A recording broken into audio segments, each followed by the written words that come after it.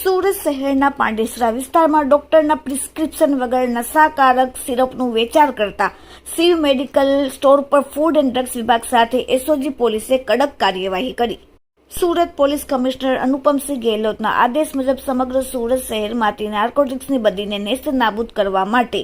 medical store પર ડોક્ટરની prescription વગર નશાકારક સિરપ તથા ટેબ્લેટ જેવા નશાકારક ડ્રગ્સનું વેચાણ કરી લોકોના સ્વાસ્થ્ય સાથે ચેડા કરતા હોય અને યુવાધન આવી ગોળી તથા સિરપનું સેવન કરીને નશાખોરીને રવાડે ચડેલ હોય, જેથી આવા મેડિકલ સ્ટોરને શોધી કાઢી તેમના વિરુદ્ધ કાયદેસરની કાર્યવાહી કરવા માટે એસઓજીને સૂચના આપેલ હતી, જેથી એસઓજીના ઇન્સ્પેક્ટર સુરત શહેરના વિસ્તારમાં આવી નશા માટે ઉપયોગમાં લેવાતી ટેબ્લેટ, સિરપ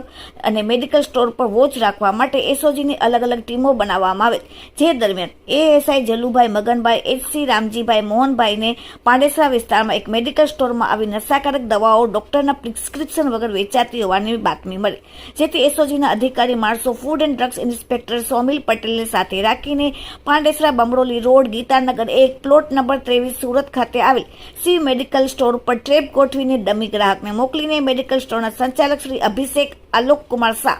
ઉંમર 26,